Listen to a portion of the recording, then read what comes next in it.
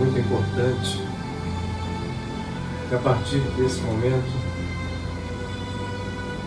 nós todos reunidos aqui sob o teto de amor da presença divina de Padre Pio nesta casa que pertence ao Espírito Divino, a todos e a ninguém especificamente. É importante que todos nós que estamos aqui, intensifiquemos o nosso grau de percepção de que estamos em companhia de seres que, apesar de não nos vermos, são mais reais do que nós, porque vivem em um nível de realidade e de despertar além e acima do nosso.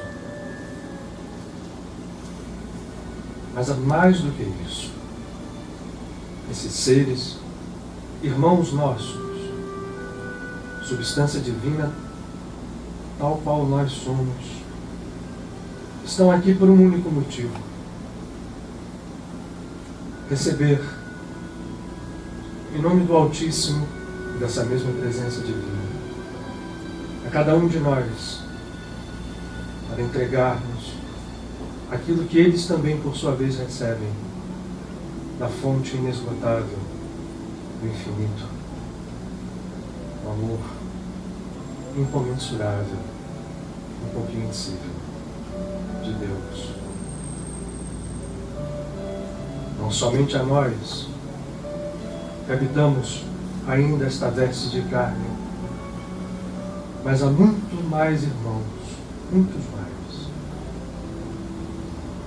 invisíveis também, mas que ainda, tal como nós, buscam o caminho do despertar, buscam, ainda que não saibam, ainda que estejam aqui, movidos por motivos egoístas ou ligados a outros sentimentos que se vinculam ao ego partido, ainda assim buscam a Deus, como nós também. Portanto, aonde estejamos, tomemos a consciência de que não há, apesar de havê-los no campo físico, muros que nos separem, paredes que nos afastem, salas que nos dividam. Nesse instante, o que mais nos importa é a percepção do uno. E sentindo esse amor, somos convidados a participar desta ceia, distribuindo o alimento farto e a bebida revigorante, a água viva, através das nossas orações, através da nossa concentração, através da nossa participação, àqueles que aqui não estão conosco. Cada um de nós pode e deve ser também um canal vivo dessas bênçãos. Cada um de nós pode, ao receber esse amor em catadupas de luz, doá-lo e doar mais. O amor que temos em nós, porque cada um de nós, como um filho e herdeiro do Altíssimo, é também, por sua vez, fonte de amor. E tudo é um só. E hoje, mais uma vez, como fazemos sempre, silenciemos os nossos lábios, cessemos as nossas atividades externas e compreendamos a grandeza de estarmos aqui, na presença divina. Porque todo lugar onde um ou mais compreendem, percebem e realizam esta presença, como já o fazem os nossos irmãos invisíveis, como podemos fazê-lo nós também. Todo lugar que se faz assim é santo. E devemos nos descalçar, retirar de nossos pés os véus do mundo, para que esses momentos, esse banquete divino, nos dê o alimento imperecível, para que possamos mais uma vez distribuí-lo também. O Senhor nos abençoe, nos fortaleça a humildade, a certeza de que só há um poder, e esse poder se manifesta agora em nós, e quiçá temos também a certeza disso através de nós. O Senhor nos abençoe, nos ampare e nos ilumine. Agora e sempre.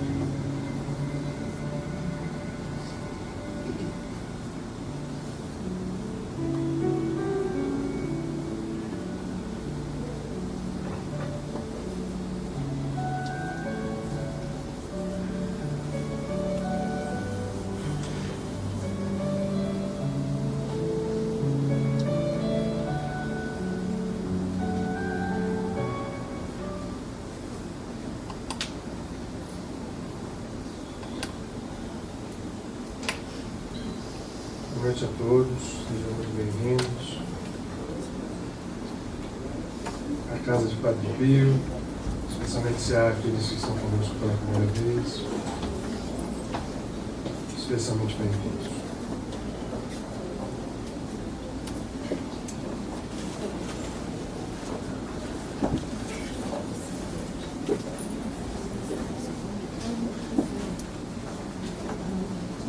O significado é esse mesmo, a gente ser um espírito não é nada.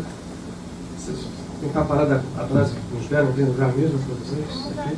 É. Já está aqui, ó. Não sei se vocês querem sentar. Enfim. A Kaaba, talvez alguns não saibam, é o local central na cidade de Meca, onde desde antes de Muhammad era venerado uma pedra negra que está ali dentro. Hoje a gente tem muita facilidade de acesso às imagens, vocês já devem ter visto aquelas grandes festas islâmicas, que vem mais às TVs ocidentais, e a festa do Hajj, que é uma peregrinação em que milhares de pessoas fazem 7 voltas em redor de um edifício quadrangular preto. Ali dentro está a Kaaba, e é onde está a Pedra Negra, que é o ponto central que Maomé, apesar de destruir todos os ídolos que havia, preservou aquilo como um centro de orientação que depois passou a ser para onde todos os muçulmanos, quando oram e se ajoelham, voltando-se para a cidade de Meca, estão pensando na Kaaba. Kabir faz uma belíssima analogia, que é muito importante para nós todos, independente de qualquer religião que a gente siga, ou de qualquer caminho espiritual que a gente esteja. Se você não tem a sua oração voltada para Deus, no sentido de que Deus está em todo lugar, e principalmente, no caso nosso, devemos reconhecê-lo dentro de nós mesmos, se não houver esse tipo de contemplação, de percepção do divino, não adianta nós estarmos voltados certinhos para a Kaaba, se a nossa oração não estiver voltada para o divino, se os nossos lábios não murmurarem aquilo do coração, ligado de forma indissolúvel ao divino, murmura, a nossa oração não tem tanto poder. Ela pode ser uma oração que até tenha valor. Eu diria que nenhuma oração, por menor ou por mais desconectada desta consciência, deixa de ter valor, porque não deixa de ser um movimento de um Filho de Deus em relação, ainda que de uma forma assim, assada, cheia de rituais, sem que se entendam rituais, terá valor, mas essa é a verdadeira oração. E ela, às vezes, prescinde de muitas palavras, ela prescinde, às vezes, de qualquer tipo de ritualização, porque se não houver essa contemplação, como diz Rumi e o sufismo. Aliás, hoje, quando eu pensava sobre os próximos temas, apesar de nós estarmos chegando ao final do ano, me foi pedido, e nós vamos fazer isso, abordar o aspecto fundamental, até muito importante para que a gente enxergue com outros olhos, aprender a enxergar com os olhos que a gente tem tentado fazer aqui na casa, serem os olhos de nós todos vermos, os olhos de ver, o que fundamenta a percepção divina que fez surgir a religião islâmica, tão distorcida hoje. E aí falarmos dos sufis e do sufismo, que na verdade ficou como um brilhante, um diamante, mostrando a importância que teve o islamismo quando surgiu e toda a sua espiritualidade que está concentrada como num diamante dentro do sufismo. Então, do qual Kabir é um dos expoentes, né? E Rumi, desculpe, Kabir na Índia, mas Rumi, você falou agora de Rumi, não foi da aula de Hindu, é um dos expoentes também. Então nós vamos falar proximamente disso aqui. A gente espera conversar isso com vocês. Mas o Otton rememorou a gente aqui o nosso encontro de mentes, e a Rosa hoje, se comunicando comigo, dizia assim: puxa vida, fala um pouquinho do que houve em Mendes para as pessoas que não foram. Aqui há muitos que estiveram lá conosco, outros de vocês não tanto.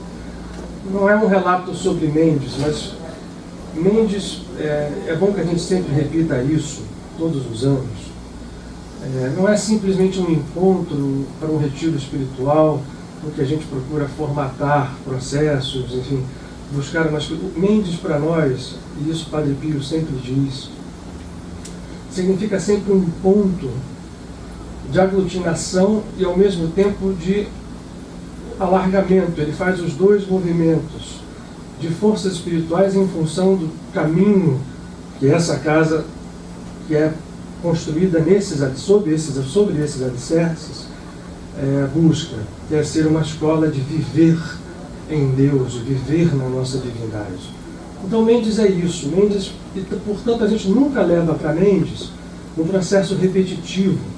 A gente nunca repete padrões, porque faz parte do entendimento do que seja o encontro de Mendes, esse enriquecimento espiritual a partir do novo, a partir do movimento, a partir de nós deixarmos para trás, e sempre tem aquilo que deixar, que se deixar para trás, as nossas cascas egóicas. Tudo que tem nos feito acreditar o tempo inteiro que nós sejamos seres individuais, independente do grau de consciência de individualidade que nós vivamos, soltos no tempo e no espaço. Ou, se temos um pouquinho mais de entendimento, ou buscamos tê-lo, não tão soltos assim, mas dependentes de uma série de forças externas, de uma série de crenças que se estabelecem e que muitas vezes, de uma forma que aí sim se transforma numa forma muito triste, nós atribuímos essas crenças ao divino. E aí a confusão se torna maior. O entendimento de que nós não somos esses seres individuais soltos no espaço, mas que somos seres individuais, o único entendimento de individualidade que é válido é aquele de nós sermos tal como um raio de luz que parte de uma estrela. Essa luz jamais se desconecta, não existe isso na estrutura do cosmos. Não existe essa desconexão, ela sempre se dá num nível aparente. O raio do sol não sai do sol, ele sai igual uma minhoquinha pelo ar e chega aqui na Terra. Aquele raio de luz, ele tem uma conexão com outros que vêm, aquilo forma tudo um conjunto. Então nós somos individualidade, sim, mas quando a gente acredita que essa individualidade se separou de um processo muito maior, e esse processo muito maior continua dentro da individualidade, e nós temos prova disso em qualquer coisa que a gente analise. Se você pegar uma das trilhões de células do nosso organismo físico, o seu núcleo, os seus genes, toda a sua estrutura de DNA, ela pode, e portanto, por isso hoje se faz clonagem, você consegue com aquele padrão reproduzir o organismo. Com qualquer célula, eu consigo fazer de uma célula da pele uma célula cerebral, se eu tiver processos que façam com que as exterioridades de uma célula cerebral surjam de dentro do núcleo que é igual nas duas. Portanto, o divino está em nós.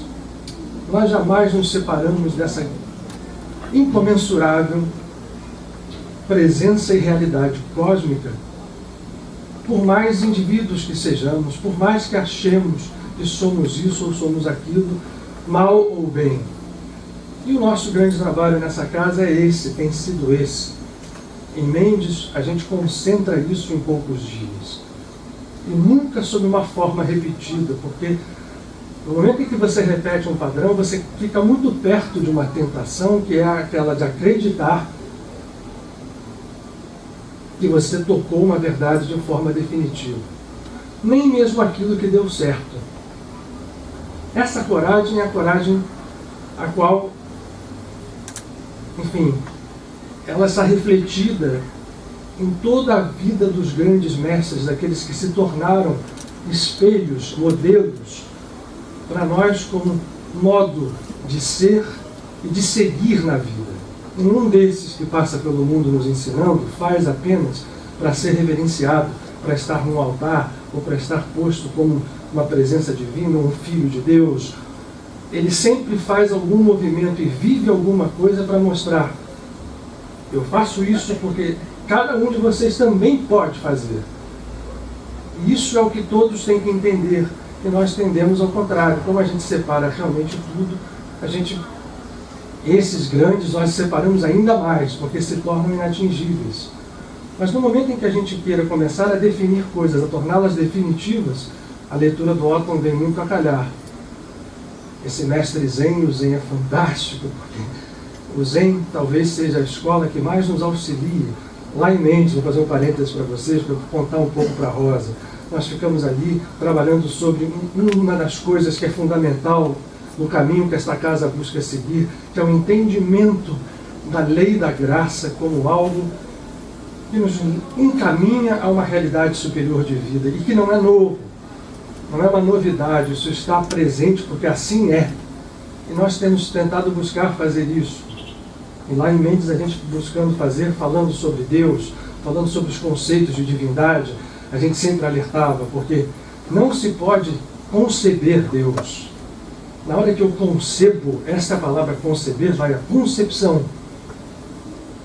O que é concepção? Eu estou criando alguma coisa quando eu concebo, não é isso? Quando o pai e a mãe fazem um filho, eles não concebem aquele filho. Se eu concebo Deus, eu estou caindo no código original das escrituras hebraicas, e que nós assumimos isso dentro da civilização chamada cristã, como verdade. Estamos concebendo Deus, estamos criando outros deuses além de mim. Na hora que eu concebo eu dou a Deus uma forma e digo: Deus é assim, Deus faz assado, Deus diz aquilo outro, e não entendo que isto só pode existir, porque também não vou ficar mudo e não falar nada. A palavra só pode aparecer quando nós temos esta noção prévia de que ela deve ser logo descartada como incapaz de ter essa concepção total dentro dela. Ela não pode acolher Deus na sua grandeza.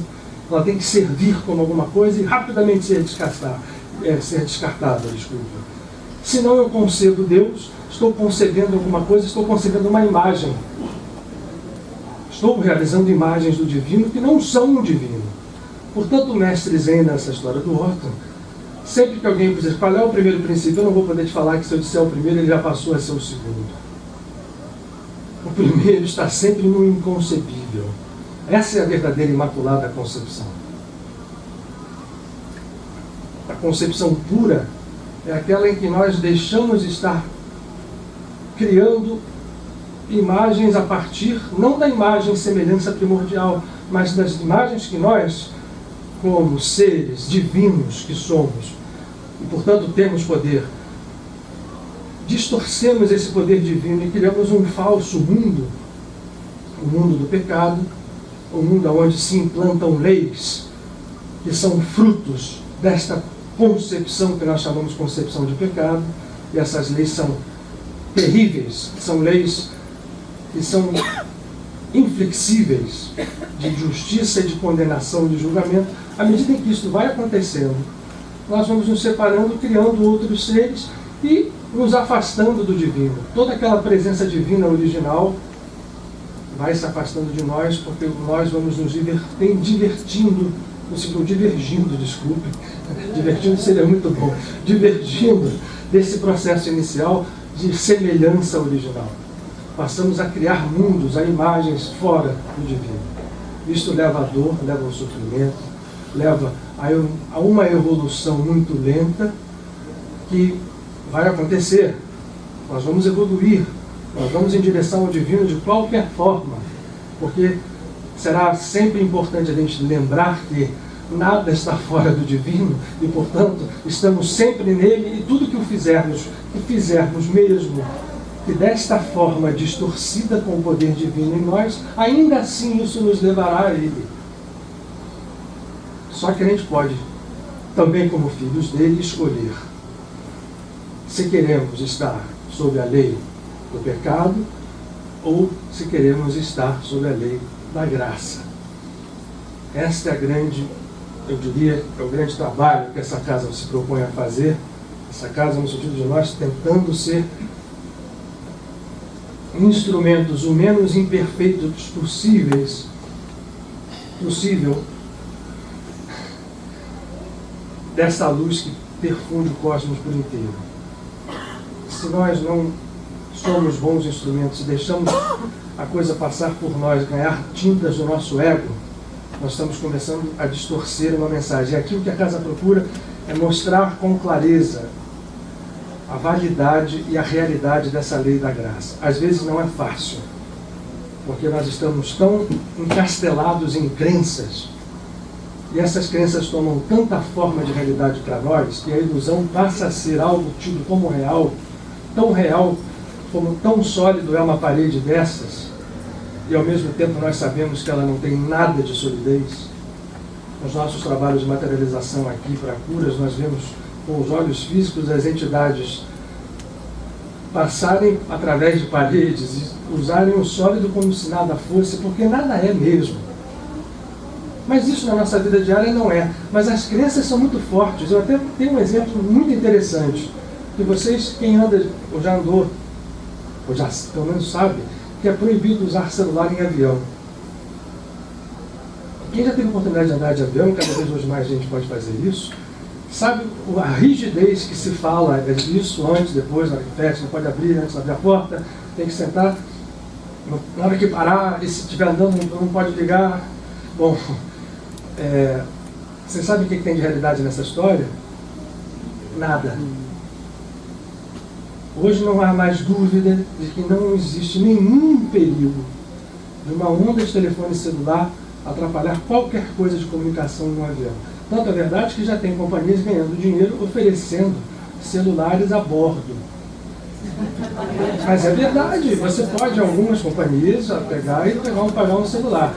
Então é assim, mas essa crença ficou tão arraigada que ela é repetida como muitas coisas. Eu estou dando isso como exemplo para mostrar o seguinte: isso acontece em algo corriqueiro. Imaginem as coisas que nós fazemos dando como certas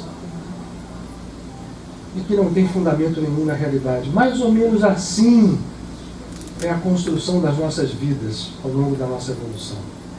Nós acreditando muitas vezes estar fazendo coisas, até mesmo em nome do divino, ou em nome de leis divinas, estamos sendo incoerentes, incongruentes com alguma coisa que não precisa de definição, não precisa de imagens criadas, precisa apenas de que o ser se reconheça filho de Deus. Pois bem,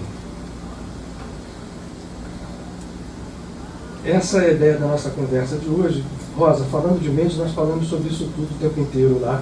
E procuramos viver, foi muito bom ter a vivência da Dani, da música, foi uma coisa, e da Dani no sábado, foi algo assim maravilhoso, todo mundo, inclusive com presença das entidades, a dizer assim para nós, né? Olha aqui, está vendo? A gente realmente está aqui, no momento das 6 horas, um perfume de sândalo materializado na sala inteira, todos sentindo aquele perfume, como se alguém tivesse acendido o incenso de sândalo. E a gente procurou saber se tinha alguém que tinha feito debaixo da cadeira. Desculpem, mas não, certamente não, aquilo era apenas um sinal pequeno, simples, tipo assim, está se conquistando alguma coisa. Nós procuramos compartilhar isso com todas aquelas pessoas que não estiveram lá, porque para nós todos estavam lá conosco. Essa é a grande verdade. Essa separação, em qualquer nível, é sempre ilusória. Bom, mas e aí, né? A gente lembrando em Mendes, lembrando da lei da graça, e lembrando dos exemplos que a gente pode usar para que isso se torne mais, eu não diria compreensível, mas mais palatável, no sentido de que saber é preciso que a gente saboreie as coisas, é preciso que a gente traga isso para dentro de nós, como realmente um alimento. Tem uma figura muito importante nessa história codificada que é a Bíblia, né, que isso aqui é um código. O Otton falou no David, a gente tem aqui alguém que estuda isso muito, é o nosso professor de Kabbalah aqui da casa, né? É a pessoa que conhece o assunto aqui, faz parte da nossa família ampla, há conhecedores de diversos assuntos, como Marcelo no Bhagavad Gita, como a Rosa na astrologia, enfim. Se conhece aqui, a gente procura fazer conviver as coisas numa harmonia, porque assim a unidade é isso. E o David sempre ensina isso para nós, e é uma verdade. Dentro deste livro codificado, que está em português, tem em diversas línguas, mas na sua língua, na sua estrutura original, ainda mais. Porque a língua hebraica e o aramaico, a sua língua, vamos chamar assim, mater, tudo que é posto e foi codificado nas estruturas tem uma forma de matriz, de modo que como se fosse um gene do nosso, enfim, conjunto cromossomial. E cada letra, cada genezinho, se você tirar um do lugar e transformar, você pode gerar uma doença gravíssima, ou pode criar uma mutação que pode não ser nada, ou pode ser muita coisa. Assim também com esse código. Cada letra é importante, não são apenas as palavras nem a ordem que elas estão. Tanto que os sábios que estudam essas escrituras, eles primeiro olham a história, como nós estamos olhando quando a gente lê em outra língua. Mas depois eles vão a fundo, vai saindo aquele véu da história e vai aparecendo significado atrás de significado que são mais profundos, mais abrangentes e mais indicadores, e sempre indicam esse tipo de caminho de unidade com o divino do que a leitura pura e simples superficial. Então tem uma história, assim como nos evangelhos também. É a mesma coisa. Tem uma história que está aqui que serve muito para nós nessa percepção, nesse entendimento da grandiosidade da vida e de como nós somos partícipes dela, ainda que não saibamos. É a história, talvez bem conhecida de vocês, de um dos patriarcas, aquele aonde e através de quem tudo começou, Abraão.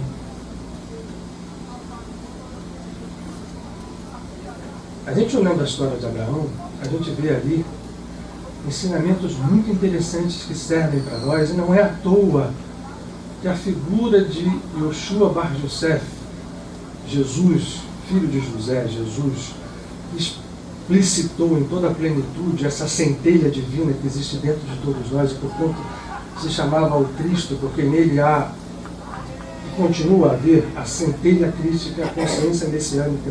Isso é ser o Messias. Ele todo o tempo se refere a Abraão. E Abraão é o pai de muitas nações. Ora, Abraão era um filho que vivia numa cidade de Ur, na época onde habitavam ainda os cananeus, habitavam os arameus.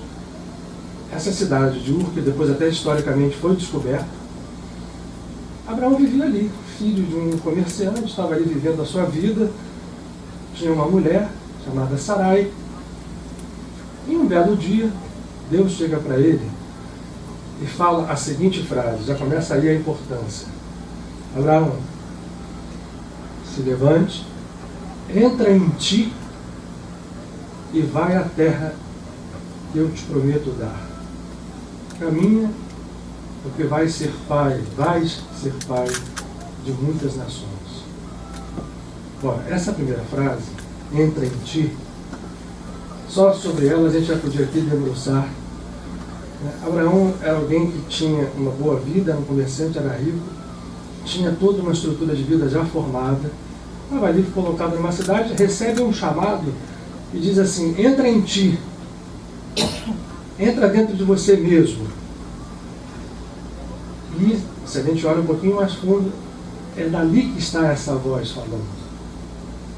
A centelha divina diz, entra dentro de você, me encontra porque eu vou te fazer pai de muitas nações.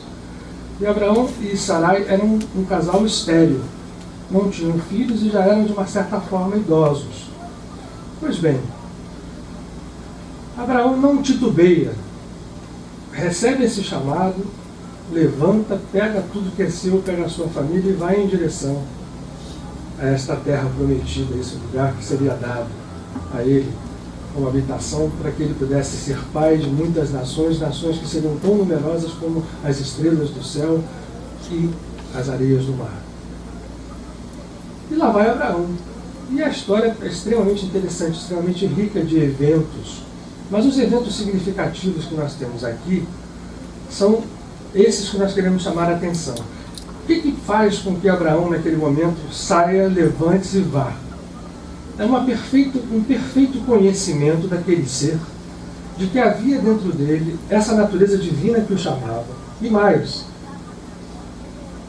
que no momento em que ele segue essa natureza, todas aquelas posses que ele já tinha, tudo aquilo que ele possuía, deixam de valer, porque o verdadeiro valor está naquilo que está sendo prometido para ele. E o que está sendo prometido para ele é uma união perfeita com essa natureza divina, com o Pai, com Deus, de modo que ele se torne pai de muitas nações. Pois ele vai, segue, vai passar por alguns percalços no caminho. Num determinado momento, ele ainda é estéril, e portanto tinha tido um filho com uma escrava Agar, Ismael. Ele é chamado por Deus, em visita num momento extremamente misterioso, tão misterioso quanto aquele que nós falamos em Mendes, da luta de Jacó com o anjo de Esaú, onde você luta com o anjo do teu irmão gêmeo, que é contra você, e de repente aquele anjo é Deus. E aquele irmão gêmeo que é teu inimigo se transforma no seu amigo, porque ele consegue contemplar Deus através de todas as aparências de Esaú, de tudo aquilo que Esaú, como seu irmão gêmeo e seu inimigo, aparentava, ele consegue enxergar através daquilo e ver a divindade. Pois Abraão também. Abraão, naquele momento, consegue contemplar a divindade em 3 seres que vieram encontrá-lo. E ele encontra 3 seres, mas encontra Deus. Esses 3 seres, a tradição até diz que eram os arcanjos de Gabriel, Rafael e Miguel. Mas são Deus. Como ele é Deus, como tudo é Deus, como a divindade única está dentro de cada um de nós. Portanto, Abraão, naquele momento, que ele concebe e percebe isso, vai realizando dentro dele a natureza que nós todos temos dentro de nós, não realizada, mas em Abraão, naquele instante, estava sendo realizada. E aí, no momento em que ele entende aquilo, os 3 anjos sentam com ele, ele era uma pessoa extremamente boa, misericordioso, tinha um amor absurdo dentro dele para todo mundo, não se contrapunha a ninguém. Ele recebe aqueles 3 anjos, dá alimento e deles ouve o seguinte: você vai ter um filho daqui a 1 ano. Nós vamos voltar aqui e a sua mulher, que é estéril, vai ter filho. Sara, que estava dentro da tenda e ouve aquilo, cai na gargalhada, porque ela fala assim: peraí, a gente já tem quase 100 anos, os 2, vamos ter filho daqui a 1 ano como? Os 3 anos, a sua mulher não acreditou. Ela chama ela aqui, nós vamos conversar com ela, mas nós vamos daqui a 1 ano voltar e você vai ter filho. Mas não tem problema. Você tem fé. Você já recebeu o chamado e você já recebeu a ordem de circuncidar em meu nome as pessoas todas, para torná-los todos em aliança comigo. Então, um pouquinho antes disso, ele recebe, mas eu vou juntar as 2 histórias, porque eu vou fazer com que você, a partir de hoje, deixe de chamar. Eu estou chamando ele de Abraão o tempo inteiro, né? Porque a gente conhece ele assim, ainda bem. Aqui está esse nome escrito em letras hebraicas. Mas ele, até aquele momento, chamava-se Abrão, ou Abrão, em português. Deus chega para ele e diz o seguinte: a partir de agora você deixa de se chamar Abrão ou Abrão. Você vai se chamar Abraão, porque você agora vai ser criador de nações, pai de muitas nações. E toda a circuncisão que você fizer, você trará para o meu seio, seja escravo, seja alguém que você compre, seja alguém da sua família, como meu filho, essa pessoa. A circuncisão física, vocês sabem o que é. A criança com 8 anos se corta o prepúcio do filho masculino. 8 dias. Eu falei 5 anos? Então, 8 dias, desculpem. 8 dias. Se corta o prepúcio. Muito bem. Quando ele chama de Abraão, é acrescentada uma letra ao nome. Esta letra que está aqui, rei. Eu falei para vocês aquela história de código genético, de que uma letra pode mudar as coisas, não foi à toa. Por que isso tem significado e não é uma bobagem? Ó, você chamava-se assim, botou um T a mais, botou um H, não muda muita coisa. No caso de Abraão, fez toda a diferença. O que aconteceu naquele momento? Um código. Abraão, que não tinha esta letra, você separa que aqui tem um Aleph, aqui tem um Beit, um Resh e um Mem final, um Mem Sofix, que é uma letra que está aqui, ó. É difícil vocês verem ao longe, quando ela vai para o fim da palavra, ela ganha essa forma de quadradinho aqui. E essa forma daqui. É a mesma letra. Aliás, aqui tem as duas. Uma normal e outra final. Ele ganha um rei. Por quê? Naquele momento, ele passa a ser um canal criador da divindade. Traduzindo, ele passa a ter a consciência da graça, a consciência crística. Naquele instante, Abraão deixa de ser um homem ego, um ser sob o pecado, sob a separação do pecado, para estar unido por consciência e por realização ao poder divino e único que está dentro dele. Vocês vão reparar que essa letra rei, melhorzinha, porque eu desenhei mais ou menos mal, ela está posta 2 vezes aqui, que aqui nós temos, para quem não sabe, o tetragrama sagrado, que são as letras hebraicas que representam o nome Hashem, do divino. É a combinação mais sagrada dentro da tradição espiritual do hebraísmo.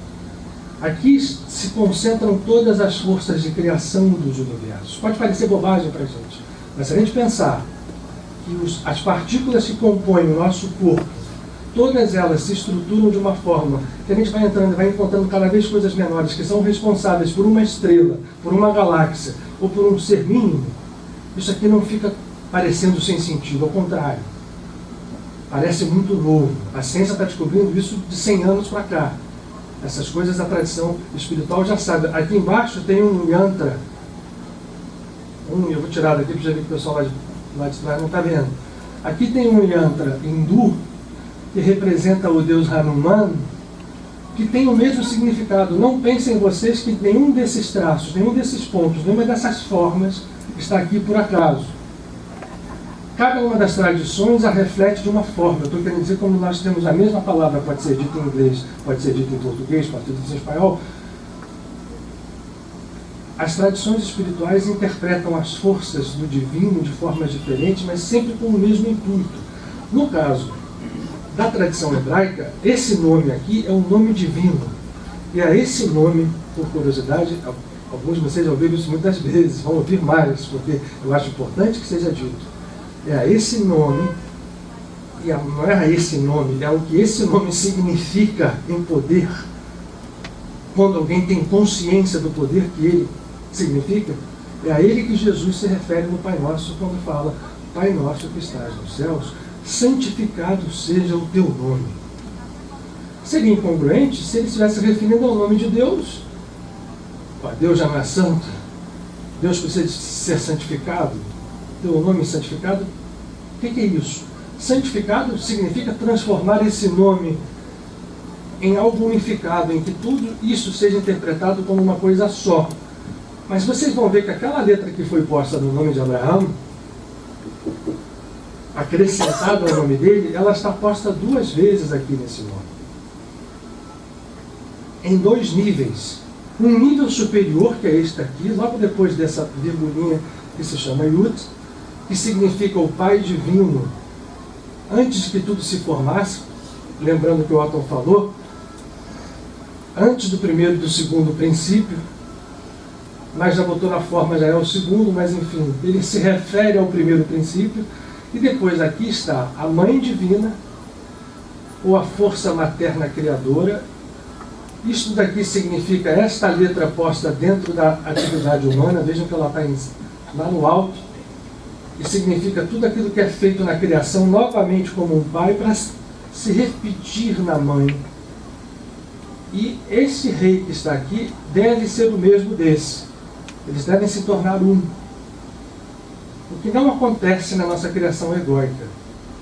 Na criação do ego, no pecado original, é como nós tivéssemos feito isso aqui, ó. Como se tivesse sido feito. Na verdade, nunca acontece isso. Mas para nossa ilusão, isto aqui, a força que está aí, tudo aquilo que isso representa, como força divina, para nós fica visto como separado. E, portanto, perde a força o nome. A santificação do nome é que você entenda isto como um. E é esta letra única, portanto, não as duas, ela transformada em uma só, que é posta no nome de Abraão, ou de Abrão, ou Abraão, para se transformar Abraham. Ele passa a ser um criador divino. E a circuncisão, o que significa, tanto que Paulo bate muito na tecla, de que quando a gente tende a ritualizar coisas, igual o celular no avião, você passa a fazer aquilo. E se o cara, eu já vi briga dentro de avião, alguns anos atrás, agora eu não vejo mais, mas já vi gente pulando em cima do outro porque estava com o celular ligado. O Ivan está rindo, já deve ter visto também. E a pessoa faz aquilo porque está certa de que ela está defendendo uma verdade, que aquilo é algo que é válido, não tem questionamento. Muito bem. O prepúcio, o que é o prepúcio, na verdade? É um véu que cobre a glande do órgão fecundador masculino, do órgão criador. O símbolo de você cortar isto fora é você tirar um véu que cobre esse poder criador. Mas só tem significado isso se você entender o significado profundo. Não é simplesmente um ato físico. Nós estamos falando de um ato espiritual. Tanto que nos profetas depois, nos próprios profetas pré-Jesus Cristo, se fala: eu quero circuncisão de coração, eu não quero circuncisão de carne. Se você é um incircunciso de coração e é circunciso no seu corpo físico, você não está ganhando nada, você tem que ser circunciso, romper esses véus. Que véu é esse? Essa capa, essa casca. São as estruturas ilusórias que nós teimamos em criar no nosso mundo particular, no nosso mundo que nós acreditamos muitas vezes que isto vem de Deus. Ora, Abraão se torna, portanto, um criador. E mais do que isso, ele passa a representar o poder que todo ego tem quando entra sob a luz da lei da graça. Naquele instante, Abraão entrou na lei da graça. O que é a lei da graça? É aquela na qual os seus atos físicos, os seus pensamentos, não são mais coordenados ou não estão sob o ferro da lei da ação e reação, da lei dos pecados, da lei que diz: se você plantar alguma coisa, você colhe aquela outra coisa. Nós falamos isso muito em mente, que Krishna dizia sempre a Arjuna, e repetiu isso até o final, até que Arjuna despertasse, que o verdadeiro homem iluminado é aquele a qual os seus atos não geram mais karma. O que é isso? É aquela pessoa que por dentro ela se ilumina de tal forma que os seus atos exteriores não estão mais sujeitos à lei de ação e reação. Como é que pode ser isso? Como é que alguém pode estar fora da lei de ação e reação? Isso é uma injustiça? Não é. Porque o único conceito de justiça que existe é aquele que essa palavra significa. Justiça significa justo. Justo é aquele que está unido. Uma calça justa é uma calça apertada. Alguém justo é alguém que está apertado contra Deus, de tal forma que ele se transforma no divino. Isso é justiça. O resto é balela. O resto é criação do ego. E, portanto, os pecados e os atos que geram pecado só valem para aqueles que estão sob a lei do pecado. E qual é a lei do pecado? É a lei que faz com que nós, tendo comido o fruto da árvore do bem e do mal, reconheçamos coisas como boas e como más, sendo incapazes de perceber por detrás das aparências, como a consciência divina, como Deus faz. Para Deus não há pecadores. Para a verdadeira consciência divina só há filhos. E Abraão foi um protótipo desse processo, porque ele sai pela vida agindo assim. E aí, Paulo de Tarso vai falar isso, gerou muita confusão teológica, gerou toda uma percepção protestante da salvação pela graça, que ficou uma coisa esquisita, porque, então eu posso fazer qualquer coisa de mal aos outros, se eu estiver sob a graça, eu não tenho pecado. Não é isso, gente. Estar sob a graça, estar sob uma consciência de tal forma que você, naturalmente, você não vai agredir ninguém, naturalmente você não vai fazer nada que não seja amor pleno. E, portanto, você vai estar afastado dos atos de desarmonia. Mas ainda quando você tenha que fazer certos atos que possam parecer desarmônicos, você não está conectado à lei do karma, porque dentro de você está absolutamente unido à presença divina, e quando você faz isso, você está sob esta consciência e não é afetado pelo resultado dos seus atos. Aí volto para Krishna, como disse Krishna a Arjuna. Nós estamos muito longe desse estado. Porque para a gente não se afetar como resultado de um ato nosso, é preciso que a gente tenha plena consciência de que se eu fiz aquele ato, eu admito imediatamente que aquele ato possa ser feito contra mim. Ou vice-versa. Não faço porque não admito que seja feito contra mim. A fusão dessas duas visões leva à consciência cristificada. Quando nós não admitimos mesmo, ontem eu estava vendo um programa interessante, estou dando exemplos assim meio jocosos, para a gente ver como a coisa é do dia a dia. Não sei se você já viu um programa que tem no GNT, que uns homens sentam em volta de uma mesa de cartas e respondem às mulheres. Pois então, há uma pergunta da mulher, o sujeito diz assim: olha aqui, o marido seu tem ciúme de você? Um ciúme danado, ele faz aquilo, faz assim. Pois eu vou dizer uma coisa, e aquilo foi de uma sabedoria enorme. Só faz isso quem trai muito. Se ele tem esse ciúme todo seu, é porque ele certamente está cheio de trampo aí por fora. Os caras lá na mesa falando, não sei nem se aquelas pessoas são reais, mas enfim. Mas ele falou uma grande verdade. A gente só faz aquelas coisas quando a gente não admite se fazer, quando a gente não admite que aquilo seja feito a nós, é quase certo que a gente está fazendo aquilo de uma outra forma. A gente condena, mas não admite ser condenado. O que é nosso, o que é bom é aquilo que é meu, o outro não é. Pode ser igualzinho. Abraão não tinha mais essa consciência. Abraão estava dentro da consciência criadora do nome divino e seguiu a sua vida como um salvador. E aí se tem um momento interessantíssimo de diferenciação entre dois personagens codificados nessa história: Abraão e Noé. A história do dilúvio, que aliás acontece agora aqui pela tradição cabalística, esse é o mês do dilúvio. Nós estamos vivendo esse mês agora, de Mabula.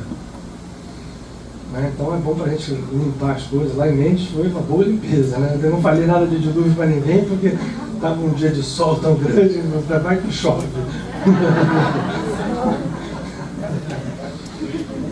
Bom,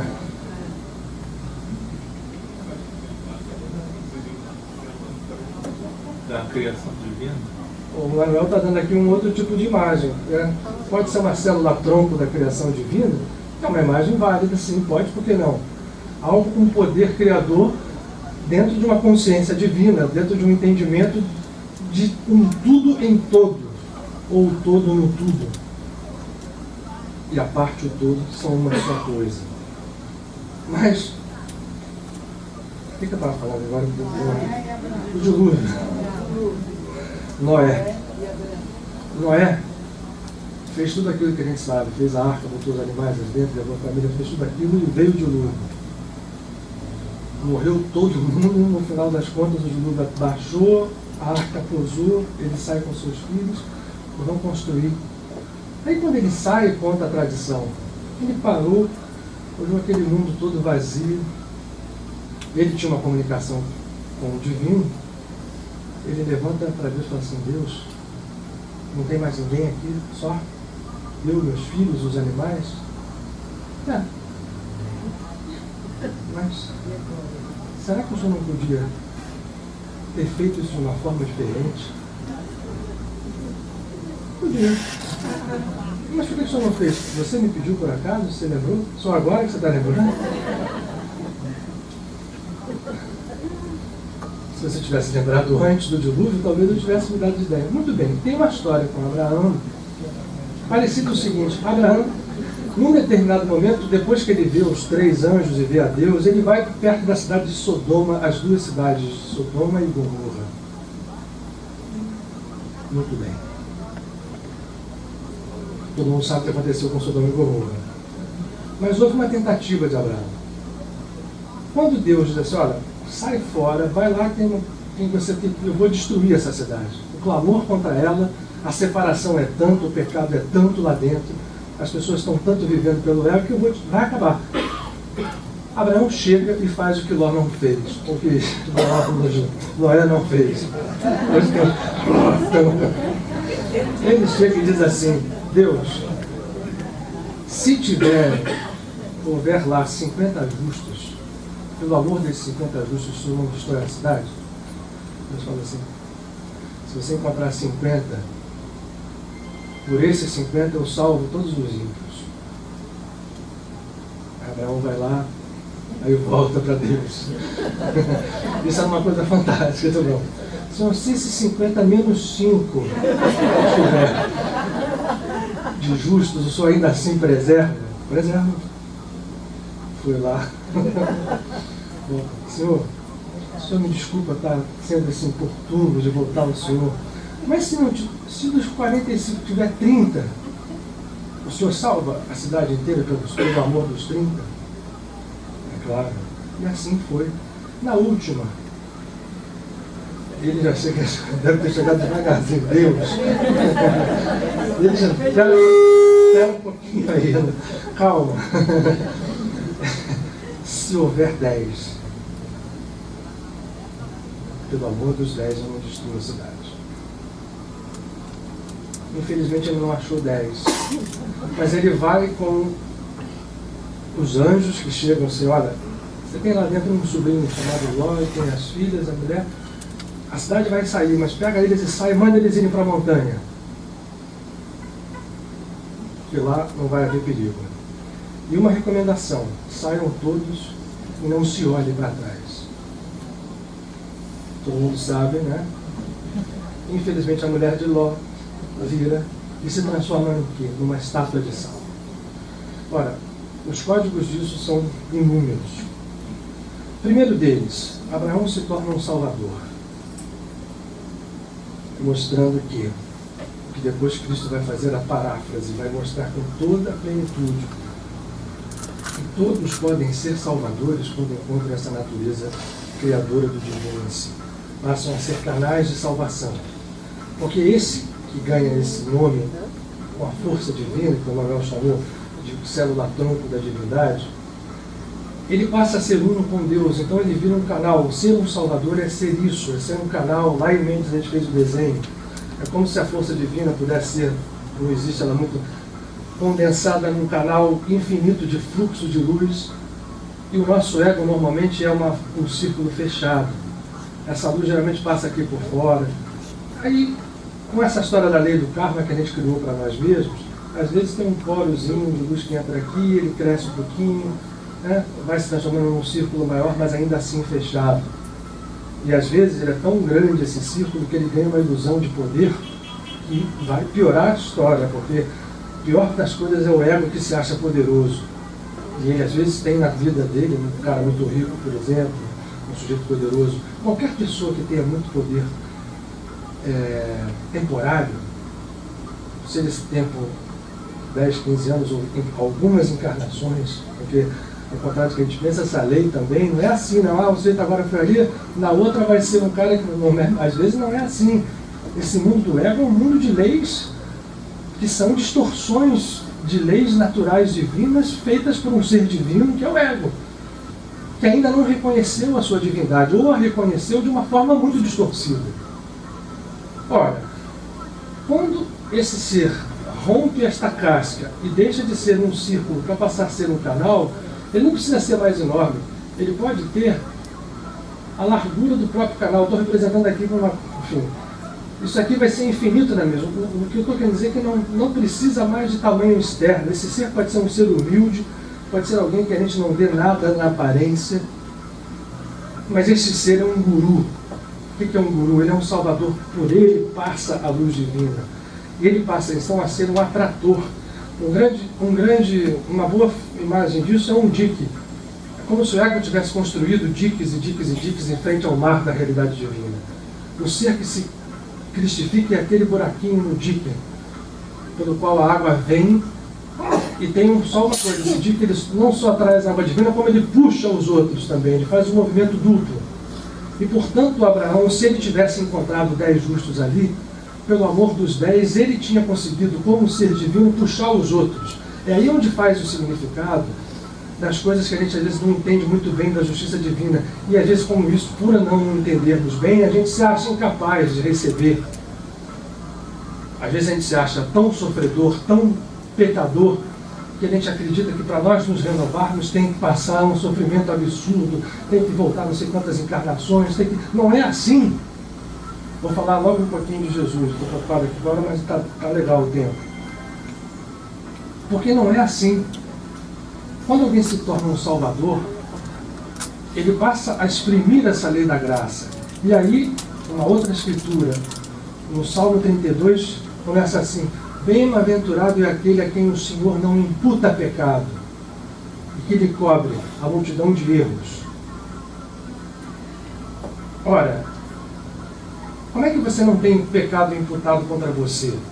Apesar de você ser o maior pecador. Krishna diz isso a Arjuna também. Mesmo que seja o maior dos pecadores, se aquele ser se dirige a mim, se vincula a mim e entra na minha graça, este ser uno comigo, eu o trago a mim de modo definitivo. Ou seja, para a lei da graça, o que a gente entende como pecado não tem sentido. É claro que não vai ser assim, a gente sempre brinca, essa lei não é de graça. Por que não é de graça? Não é assim, então eu vou fazer tudo que eu quero, isso é ego. Quando você sai do ego, você passa a se comportar diferente, naturalmente, mas você não fica fazendo isso por medo de castigo, nem acreditando que você está sendo bonzinho, porque às vezes você não tem medo de castigo, mas você eu estou numa boa, né? Só estou fazendo bem, sou o máximo. É o ego também. O ego é sutil, é subreptício. Ele se apresenta de diversas formas, é verdadeiramente uma serpente. Ele é representado pela serpente. A serpente é tão divina que depois que ela aparece nesse livro aqui do Gênesis como não um animal mau, não está escrito aqui no Gênesis que a serpente era má, nem que era... A serpente era, apenas está aqui, eu vou ler aqui para não perder tempo, era o animal mais esperto. Então ela tem um jeito de passar por todos os lados. E quando ela se ergue, como se ergue no caduceu do deus Mercúrio, por exemplo, Hermes, que faz a comunicação entre o alto e o baixo, faz os dois um, como ela se ergue para Moisés no deserto, faz uma serpente de bronze e ergue a serpente para aqueles que estão doentes, quando olharem para a serpente erguida, eles são curados. E Jesus usou essa figura, não para falar dele, Jesus, né? Para falar do Cristo que ele estava vivendo ali, chamando as pessoas para viver. Na hora que vocês contemplarem o Filho do Homem erguido, da mesma forma como Moisés no deserto curou as pessoas com a serpente de bronze, todos vão se curar. O que é ser curado? É atingir essa natureza plena do Cristo. Ser liberto da lei do pecado. E Paulo de Tarso entendeu isso, porque dizer, Abraão não foi justificado por obras. A ele foi imputada a justiça pela fé. Mas não é a fé de se dizer assim, Deus, legal, acredito em você. Não. A fé de Abraão era uma certeza absoluta de que ele estava em união com Deus. Essa certeza é tão grande que tem um outro ponto dramático na sua vida, que é a amarração do seu filho. A gente fala do sacrifício de Isaac, mas o Isaac, graças a Deus, nunca foi sacrificado.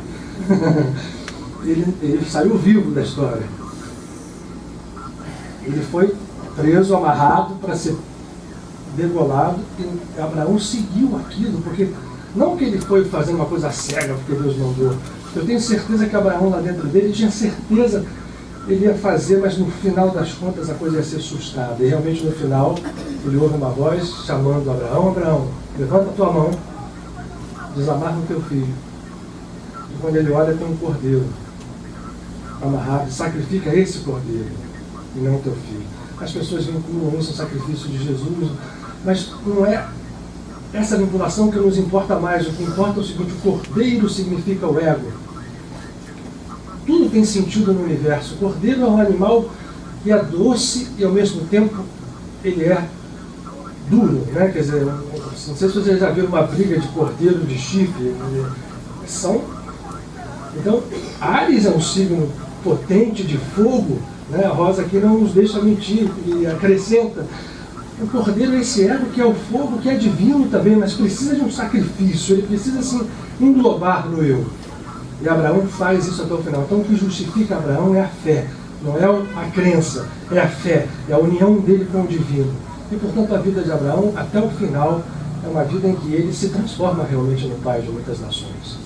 Vai ter o seu filho, vai surgir Isaac, e quando ele recebe a notícia, ele, estou contando a história meio assim, ele abaixa a cabeça no chão e cai na gargalhada.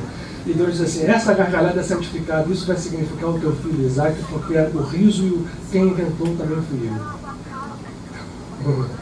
Então nem isso Deus ficou bravo com ele, porque foi uma coisa tão espontânea. Ora, Jesus o tempo inteiro pisa nesta pedra. E aí eu já estou falando não de Jesus de Nazaré, figura física, mas do Cristo. De que nós temos que ser filhos de Abraão, no sentido de que filho de Abraão sai de qualquer lugar, não tem ninguém especial. Não é um homem ou uma mulher que foi eleito por um rito religioso, ou por uma espécie de teologia, ou por qualquer coisa. Um filho de Abraão é aquela pessoa que entende a natureza divina que Abraão entendeu. Tanto que ele diz: vocês, até da pedra vai surgir filho para Abraão. Não fiquem falando nós somos filhos de Abraão. Vocês sabem quem foi Abraão? Vocês entendem o que foi a vida dele? Não falem isso, porque de uma pedra pode surgir. Dentro de tudo está a presença divina. O filho de Abraão surge de qualquer lugar. É aquele que entende essa natureza e realiza. Portanto, se transforma quando busca o Espírito. E o Espírito lhe é dado. E tudo mais vem por acréscimo. Ele se transforma num filho de Abraão, um co-criador em plena ação. E, portanto, vem a prosperidade, vem a felicidade, vem a saúde, vem a cura de doenças que porventura já existem. Todo esse processo ganha outra luz, ganha outra força. Isso é a lei da graça. E Jesus fez isso o tempo inteiro. Todas as suas ações são para demonstrar a diferença entre a lei da graça e a lei do pecado. Ele curava muito, curava demais. Então, uma das coisas que começou a mostrar, evidentemente, é que ela era uma pessoa diferente. Curava, e as pessoas começavam a trazer gente para ele curar, Tem uma passagem muito importante que ele está já perto da Judéia, numa casa abarrotada de gente, e cercado de mestres de Israel que foram ali ver que pessoa era aquela. E aí, chegando, não tinha lugar para as pessoas, daqui a pouco alguém pega um doente que não tinha como entrar dentro do recinto, e as casas naquela época eram casas que tinham tetos quase como com folhas, era uma coisa muito... E vai com a maca daquela pessoa, passa pelo teto, desce a maca, né, que ele pediu, bota ali no chão, cura ele. Passaram por cima de tudo, das filas e tudo mais, né, quer dizer, furaram a fila, mas com um esforço. E ele chega para aquela pessoa e diz assim: meu filho, o que você quer? Os teus pecados são perdoados. E aí os mestres lá chegam e falam assim: vem cá, quem é você? Você é um blasfemador para dizer que os pecados são perdoados? Você é o quê? Ele diz assim: isso é importante que a gente preste atenção. Ao Filho de Deus é dado o poder de perdoar os pecados. O que a gente entendeu na história da religião dita cristã? Que os sacerdotes depois passaram a se utilizar como os únicos dotados desse poder. Que Jesus tinha o poder de perdoar pecados porque ele era o único Filho de Deus. O que está nesse código? Quem é o Filho de Deus? O Filho de Deus somos com Cristo e a natureza divina que está dentro de todos nós. Essa natureza divina tem poder de perdoar pecados. Porque ela é uma natureza superior nossa, na verdade ela é a nossa única natureza. As outras são aquelas imagens que a gente cria, falsas divindades. Deus está em nós. E como está em nós, esse Deus em nós tem o tempo inteiro o poder de perdoar pecados, desde que a gente entenda isso. O que simboliza aquele doente que chega ali? Simboliza o esforço único que nós temos que fazer. Para que você a você não seja imputado pecado, e que os teus pecados já existentes, o que são os pecados? É tudo aquilo que surgiu da primeira ideia original, do primeiro pecado original, que a gente se acreditou separado de Deus. E passamos a comer o fruto do bem e do mal, então passou a existir bem e mal em tudo quanto é lugar. Principalmente aquilo que a gente acha que é bem, que é o que é bom para nós, é o melhor para nós, é o meu. Né? Ora, o esforço que deve ser feito por nós é apenas a gente chegar à presença desse Cristo. Está simbolizado ali de jogar uma maca por cima e ir pelo teto descendo, é a única coisa que a gente precisa fazer. É sair das barreiras do ego, que simbolizam aquela gente toda que estava ali em volta do Cristo, que são as nossas criações, as nossas personalidades, tudo aquilo que a gente entulhou no nosso ego, que continua ali gritando em volta. Mas quando você faz o esforço de entrar na presença divina, basta para fazer isso que a gente se entregue integralmente, que a gente se entregue. A palavra relaxar aí funciona muito bem, através da oração verdadeira, que é aquela que o Otton falou ali, do Rumi, que não é aquela que fala pelo lábio, é aquela que fala pelo coração, é através da meditação, é através da conscientização de que eu e o Pai somos um. E esse é o único trabalho que precisa ser feito. É um esforço, porque no primeiro momento pode parecer não está acontecendo nada, mas se eu conseguir passar pelo teto e chegar na presença deitado, ele vai dizer assim: mas os teus pecados estão perdoados. Vai ter uma gritaria em volta. Os mestres são aquelas estruturas nossas internas ou externas, que aí pode ser a mesma coisa, que vão dizer: pô, que é isso? Quem é você para dizer isso? E aí o Filho de Deus em nós vai dizer assim: o Filho de Deus tem poder sim de perdoar pecados. Ah, não tem, não sei o quê. Aí Jesus termina simbolicamente, com uma força absurda, dizendo o seguinte: e o que é mais fácil fazer? Dizer os seus pecados estão perdoados, ou levanta-te e anda? Pega a tua maca, levanta, anda e vai embora. Aquele que estava na maca se levanta, pega realmente ela e sai com a estupefaciência de todo mundo. Ele sai dali, a algazarra fica para trás, e lá fora ele faz um ato ainda mais desafiador. No mesmo sentido, no mesmo momento ali, naquela cidade onde ele estava, ele vai na bancada de um publicano, o publicano era aquela pessoa que colhia impostos do povo em nome dos romanos. Vocês já imaginaram alguém mais odiado do que isso? Era um leão verdadeiro. Né? Porque não era nem para beneficiar ninguém, como dizem que as coisas acontecem. Era para tomar para mim mesmo. Quer dizer, me dá aqui que isso é meu, você é meu servo. E aquela pessoa ficava encarregada de tirar o dinheiro. Então imagine se tinha alguém mais amado. E esta pessoa era um judeu. O que gerava pior ódio ainda. O símbolo é maravilhoso. O que é o judeu? O judeu é aquele, no símbolo da tribo de Judá, que é aquela de onde surge o Messias, ou então aquele que tem dentro de si todo o potencial de ser o povo escolhido, porque é um filho de Deus em essência. Mas naquele momento, aquele publicano chamado Levi era um coletor de impostos. Ele sai e fala assim: você quer ser meu discípulo? Eu imagino na banca aquele dinheiro todo ali. Quer ser meu discípulo? Quero, vamos embora. Não teve escola de iniciação, não teve curso, não teve pergunta, não teve sabendo se ele está bem ou se está mal. levanta e vem. Esse Levi é conhecido como o apóstolo Mateus,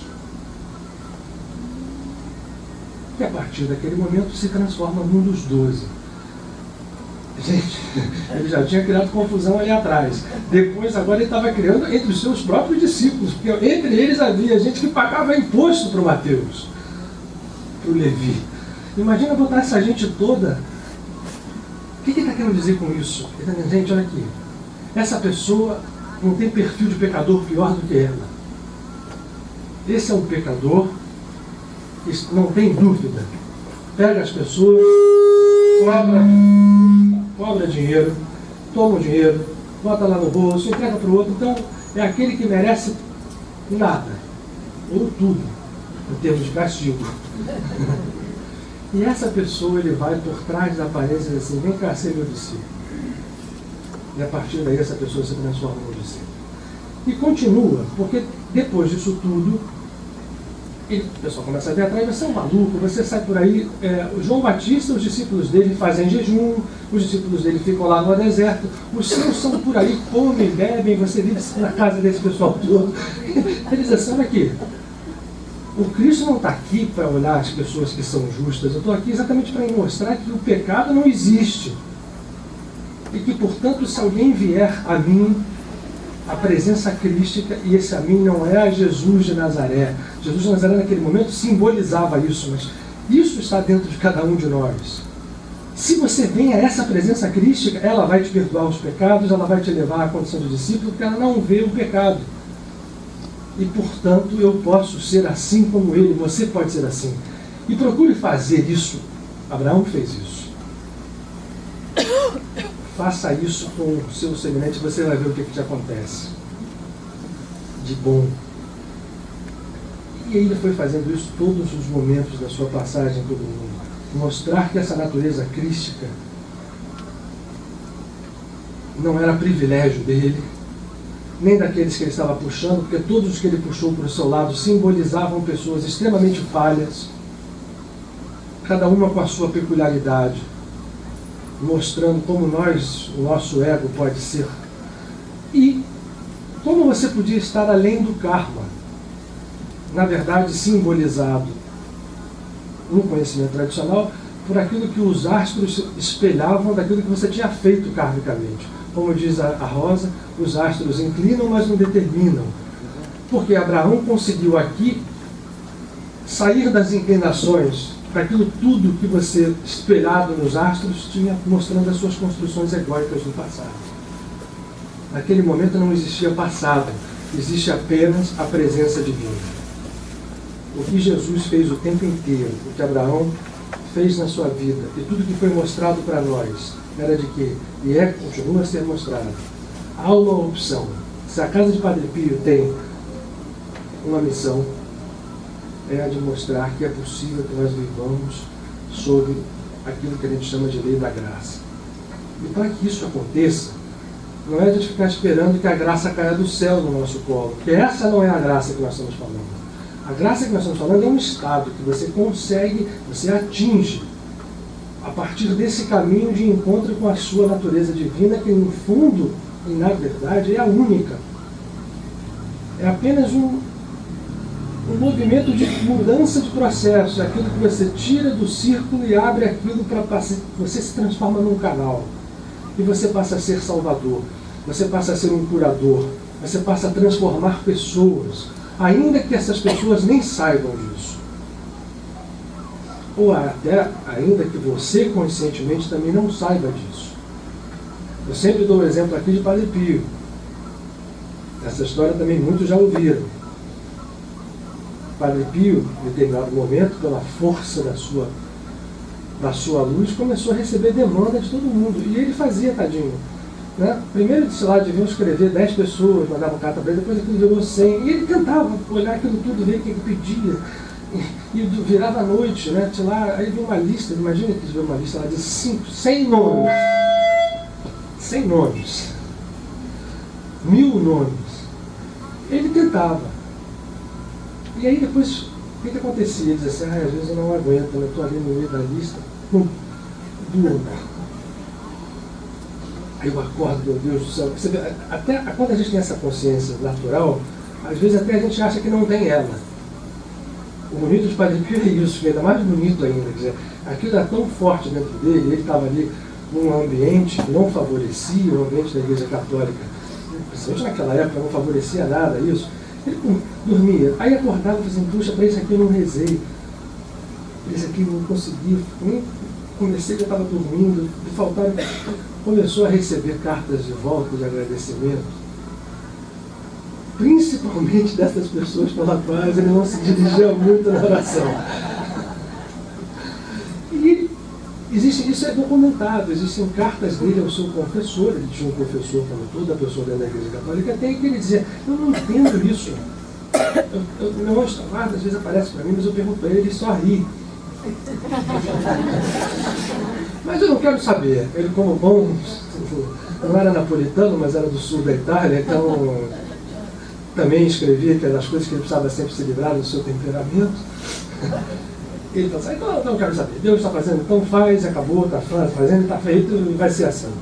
Mas ele começou a perceber que as curas aconteciam sem que ele tivesse uma participação consciente direta, mas ele estava tendo uma participação. O que estava acontecendo ali? O Padre Pio tinha se tornado, como se tornou, um salvador. A consciência de Padre Pio é de tal forma vinculada a essa presença divina, que quando alguém se dirige a essa consciência, mesmo que a consciência parcial daquela pessoa encarnada ali, Padre Pio, sob o condicionamento cultural, né, do sul da Itália, da Igreja Católica, do que seja, não tivesse aquela percepção, não importa, a consciência divina dele estava em plena função. No momento em que isso está em plena função, aqueles que se dirigem igual aqueles cara da maca lá por cima de Jesus, senta o Cristo, que é essa natureza messiânica, que não está individualizado especificamente em ninguém, porque está em tudo e em todos, a ponto e esperando ser desperto, em Padre Pio estava, esse Cristo vai agir. E vai agir até em momentos que você não tem a mínima consciência disso. Esse estado é o estado que, a boa da história, é que esse estado não é vedado a ninguém. Ele é passível e possível de ser atingido por cada um de nós. Infelizmente, nós continuamos no rame-rame da lei do pecado. Ora com discursos mais bonitos, ora com discursos menos agradáveis, ora com atitudes assim, ora com atitudes assado, sempre nos surpreendendo, presos sob essa lei. Não importa. Se a gente tiver perseverança, a fé em algum momento vai explodir dentro de nós, a gente ganha uma letrinha no nome, igual a Abraão, e nós passamos a ser filhos de Deus em plenitude. De filho do homem, a gente passa a ser filho do divino. Mas como essas duas coisas são uma coisa só, é propositalmente misturado também nos evangelhos, como a dizer, ó, no fundo, os dois são um. Vocês é que ainda não perceberam isso. Olha, gente, se é uma coisa que essa casa pode dizer que busca fazer dentro dela, é porque a gente, quem tiver tocado por isso, vai dar uma olhadinha, vê se não meditar. Como é que a gente faz isso? Né? É uma pergunta que surge. Eu preciso apenas estar consciente a cada manhã, pelo menos, no meio do dia e no final do dia, para começar, buscar estar consciente dessa presença. Não precisa fazer grandes rituais. Escolha uma forma de se conectar e fique quieto. Aquiete-se na minha presença e saiba que eu sou. E aí a gente vai começar a perceber, fluir dentro de nós essa...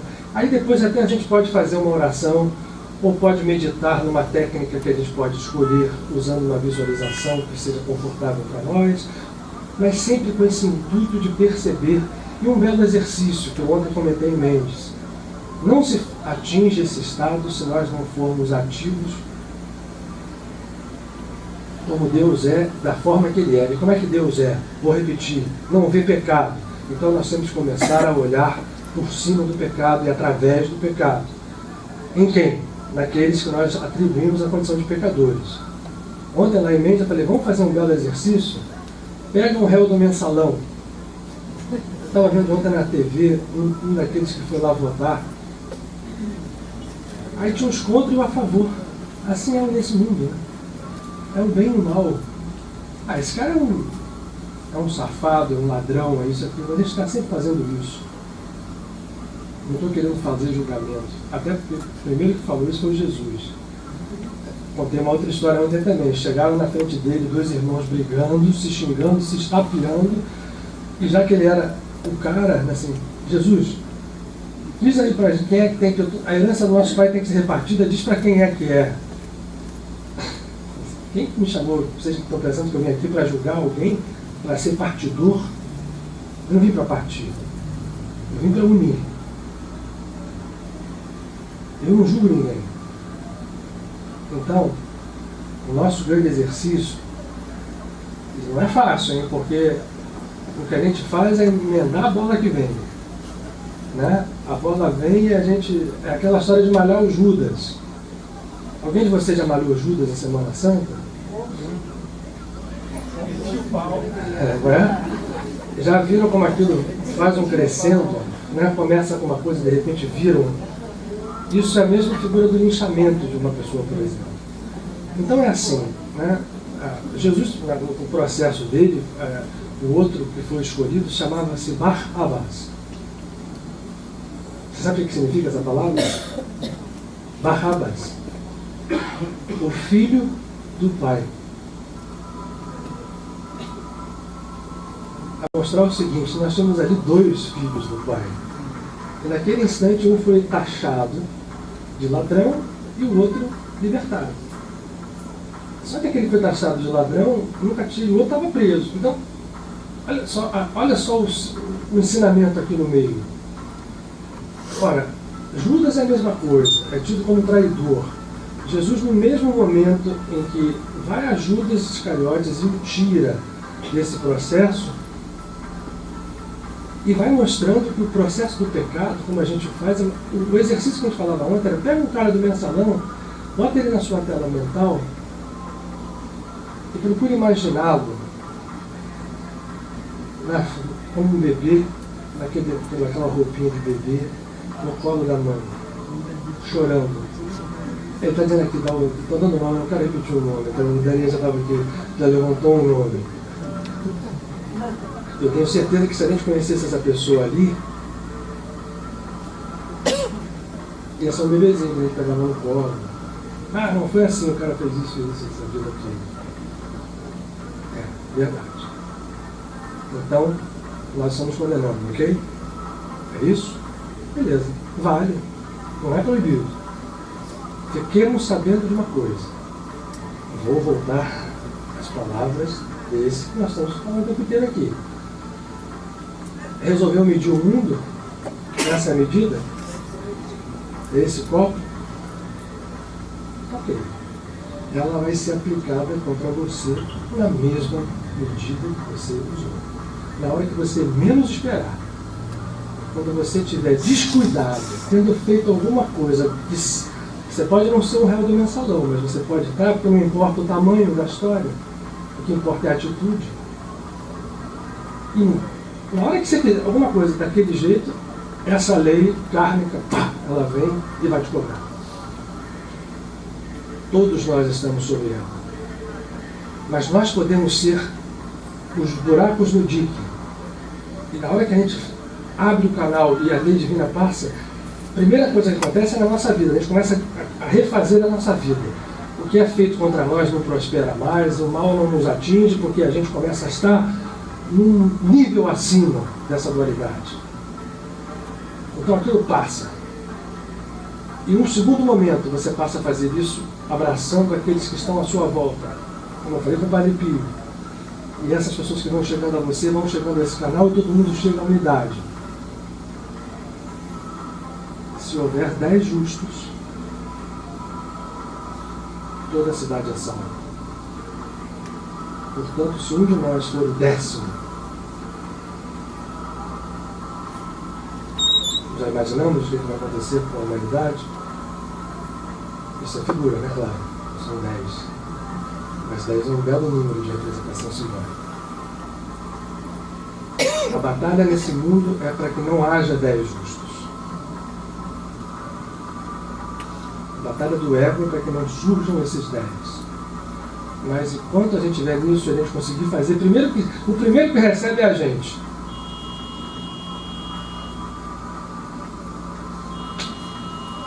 Período. Então vamos. Tem uma festa hoje aqui, fala isso. Isso é bom. Eu quero agradecer a paciência de vocês. Esse não é um assunto fácil, esse assunto mexe com as nossas convicções egóicas. Na maior parte das vezes eu não consigo transmitir nem 10% daquilo que os nossos amigos procuram passar. Mas o que a gente tenta aqui, o Padre Pio naquele momento estava encarnado, ele tinha pouca consciência. Hoje ele tem essa consciência plena. E é por isso que ele se transforma num salvador, como é Sri Yukteswar, como é Paramahansa Yogananda, como é Baal Shem Tov, como é Rumi, como é Santa Teresinha de Jesus, como é Santa Teresa d'Ávila, como é São Francisco de Assis, e aí a gente vai. Todos os santos, Sai Baba, Satya Sai Baba, ficou tantos anos aqui no mundo sendo um salvador. É um estado que a gente pode atingir. Então, eu peço só desculpas pelo que eu não consegui passar e a gente, vamos fazer o que a gente vai fazer, batalhar nisso o tempo inteiro. Vamos fazer uma oração final, já que já são 9h30.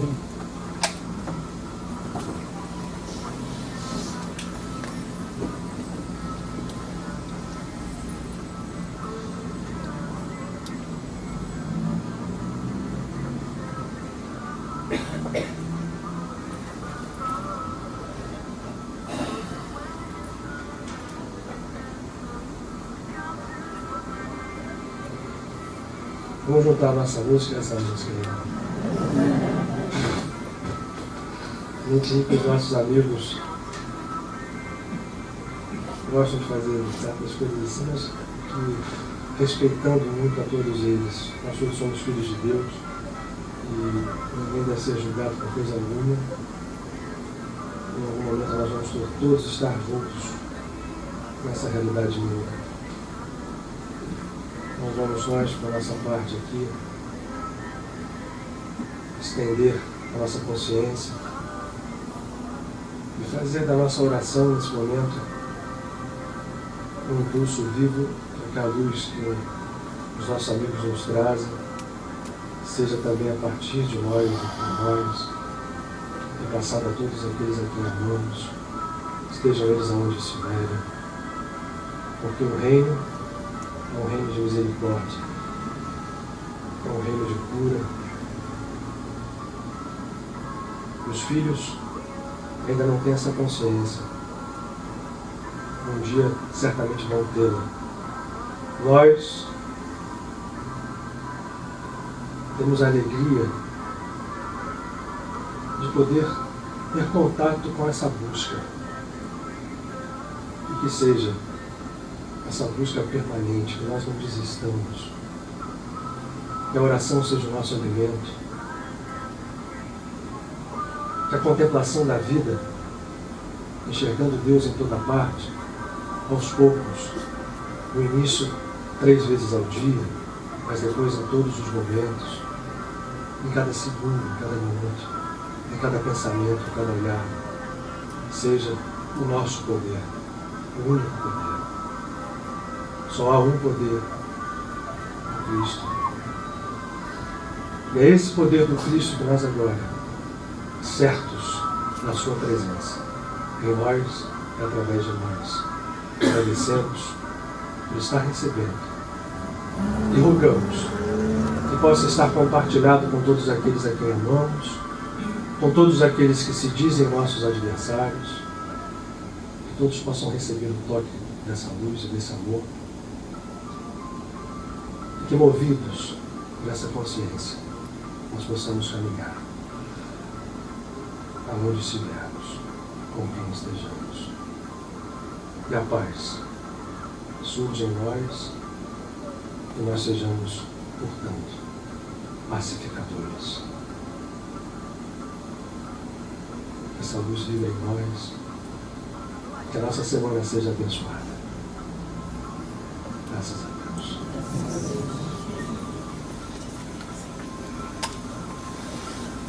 Obrigado a vocês. Desculpe o tempo. Até a próxima semana. Uma ótima semana para todos. Desculpe a qualquer coisa.